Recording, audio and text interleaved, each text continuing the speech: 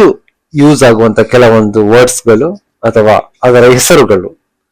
ಮೊದಲನೇದಾಗಿ ರೈಸ್ ಅಂದ್ರೆ ಅಕ್ಕಿ, ವಾಟರ್ ನೀರು, ಮಿಲ್ಕ್ ಹಾಲು, ಸಾಲ್ಟ್ ಉಪ್ಪು, ಶುಗರ್ ಸಕ್ಕರೆ, ಫ್ರೂಟ್ ಹಣ್ಣು, ವೆಜಿಟೇಬಲ್ ತರಕಾರಿ, ಎಗ್ ಮೊಟ್ಟೆ, ಆಯಿಲ್ ಎಣ್ಣೆ, ಬಟರ್ ಬೆಣ್ಣೆ, ಮೀಲ್ ಊಟ, ಸ್ನ್ಯಾಕ್ ತಿಂಡಿ, ಲೀಫ್ ಎಲೆ, ಫ್ಲವರ್ ಹೂ, ಸೀಡ್ ಬೀಜ.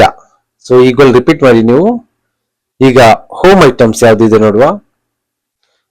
ಡೋರ್ ಬಾಗಿಲು, ವಿಂಡೋ ಕಿಟಕಿ, ಬೆಡ್ ಹಾಸಿಗೆ, ಮಿರರ್ ಕನ್ನಡಿ, ಪಿಲ್ಲೋ ತಲೆಯಣಿಗೆ ಅಥವಾ ತಲೆದಿಂಬು, ಬ್ಲಾಂಕೆಟ್ ಕಂಬಳಿ, ಪ್ಲೇಟ್ ತಟ್ಟೆ, ಸ್ಪೂನ್ ಚಮಚ, ನೈಫ್ ಚಾಕು, ಕೀ ಕೀಲಿ, ಲಾಕ್ ತಾಳೆ ಅಥವಾ ಬೀಗ, ಲೈಟ್ ಬೆಳಕು, ಫ್ಲೋರ್ ನೆಲ, ವಾಲ್ ಅಂದ್ರೆ ಗೋಡೆ, ರೂಫ್ ಮೇಲುಕಟ್ಟು ಅಥವಾ